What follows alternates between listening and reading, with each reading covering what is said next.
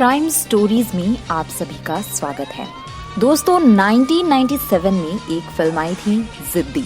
Film में सनी देओल एक ऐसे डॉन देवा के रोल में थे जो सीएम तक के लिए चिंता का विषय बन जाता है। फिल्म में देवा के अपराध की दुनिया में कदम रखने की शुरुआत उसकी बहन के साथ छेड़छाड़ से होती है। फिल्म में जो भी हुआ वो यूपी के गोरखपुर में इससे 4 साल पहले हकीकत में हो चुका था। जी हाँ, फिल्म जिद्दी में देवा की बहन को इलाके का गुंडा छेड़ता है। बहन रोते हुए घर आती है और फिर देवा जाकर उसको पीटते हुए उसका हाथ उखाड़ लेता है।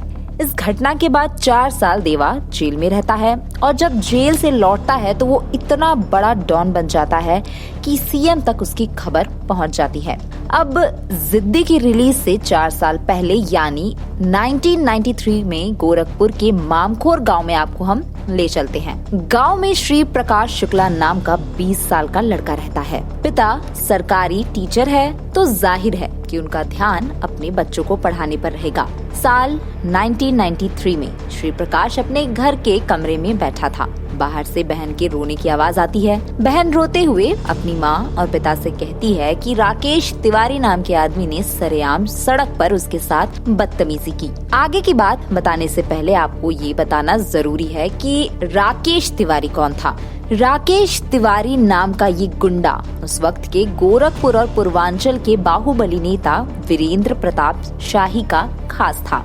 ऐसे में वो जब जिसके साथ चाहे बदतमीजी करे, उसे कुछ कहने से सब डरते थे। अब वापस श्री प्रकाश के घर आते हैं। राकेश तिवारी का नाम सुनकर श्री प्रकाश के पिता अपनी बेटी को ही समझाने लगते हैं कि बुरे लोगों के क्या मुंह लगना, जो हुआ उसे भूल जाओ। घर में ये सब चल रहा था। श्री प्रकाश घर से निकल जाता है। उसी रास्ते पर जाता है जहाँ उसकी बहन का स्कूल है, जहाँ से वह कुछ देर पहले रोती हुई लौटी थी। श्री प्रकाश देखता है कि राकेश रास्ते के किनारे बैठा है। श्री प्रकाश जाकर राकेश को पीटना शुरू कर देता है और फिर गोली मारकर उसकी हत्या कर देता है।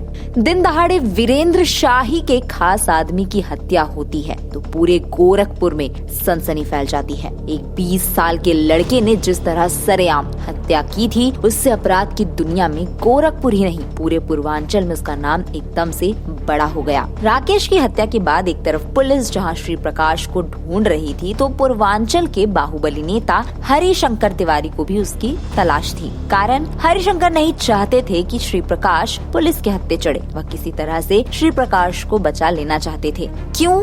चलिए इसका कारण भी आपको आगे बताते हैं। दरअसल 1980 और 90 के दशक में गोरखपुर में हरिशंकर तिवारी और वीरेंद्र प्रताप शाही की अदावत खूब मशहूर थी। इसे ब्राह्मण बनाम ठाकुर की लड़ाई की तरह भी देखा जाता था। श्री प्रकाश ने वीरेंद्र शाही प्रताप की खास आदमी को मारकर पूरे यूपी में सनसनी मचा दी थी। तो हरिशंकर तिवारी को लगा कि ये लड़का उनके काम का है। उन्होंने श्री प्रकाश से संपर्क कर भी लिया और उसको कुछ दिन के लिए सेफ जगह पर भेज दिया जहां पुलिस ना जा सके। मामला ठंडा होने के कुछ महीनों बाद जब वो लौटा, अब श्री प्रकाश एकदम ही बेलगाम हो चुका था। दिन दहाड़े अपराध करने उसने शुरू कर दिए। लगातार हत्याओं में उसका नाम आ रहा था। यहाँ तक कि 1997 में लखनऊ में वीरेंद्र शाही की भी हत्या हो गई और शाही को मारने का आरोप किस पर लगा? श्री प्रकाश शुक्ला पर, जिसने उसको यूपी यानी उत्तर प्रदेश की सरकार की नजरों में लाकर खड़ा कर दिया। अब हरिशंकर तिवारी से भी श्री प्रकाश की कुछ दिनों तक ही बनी, क्योंकि जितनी तेजी से उसका नाम बढ़ रहा था, किसी के लिए भी उसे काबू में रखना बहुत मुश्किल था। हरिशंकर तिवारी से भी उसकी अनबन हो गई और इसके बाद श्री प्रकाश शुक्ला को साथ मिला बिहार के माफिया सूरज भान का। अब इसकी एंट्री होती है बिहार में। अब बिहार में एंट्री हुई तो अपराध का ग्राफ भी बढ़ने लगा।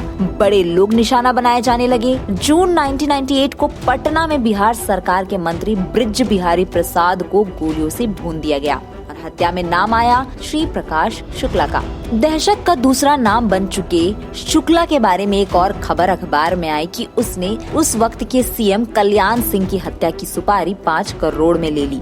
इसमें कितनी सच्चाई थी ये आज तक किसी को पता नहीं चल सका, लेकिन इस खबर के बाद यूपी पुलिस ने किसी भी कीमत पर उसे खत्म करने की ठान ली। मई 1998 को UP police ADG Ajay Raj Sharma ने राज्य पुलिस के 50 जवानों की एक स्पेशल टास्क फोर्स बनाई। पहली बार ये इतिहास में हुआ था कि एक स्पेशल टास्क फोर्स बनाई गई है जो आज तक कायम है। टीम से कहा गया कि श्री प्रकाश शुक्ला को किसी भी कीमत पर जिंदा या मुर्दा पकड़ना है। 23 सितंबर 1998 को एसटीएफ प्रभारी अरुण कुमार को सूचना मिली कि वे गाजियाबाद यानी श्री प्रकाश गाजियाबाद आ रहा है। गाजियाबाद में श्री प्रकाश की गर्लफ्रेंड रहती थी जिससे वो फोन पर बातें करता था। फोन के जरिए ही पुलिस को उसके इस अफेयर के बारे में पता चला। 23 सितंबर 1998 को अपनी गर्लफ्रेंड से मिलने के लिए वो आया तो एसटीएफ की टीम पहले से उसको घेरने के लिए दांव लगा बैठी थी। इंदिरापुरम इलाके में उसकी कार घुसी तो एसटीएफ ने उसे घेर लिया और देखते ही देखते दोनों तरफ से गोलियां चलने लगी। इस मुठभेड़ में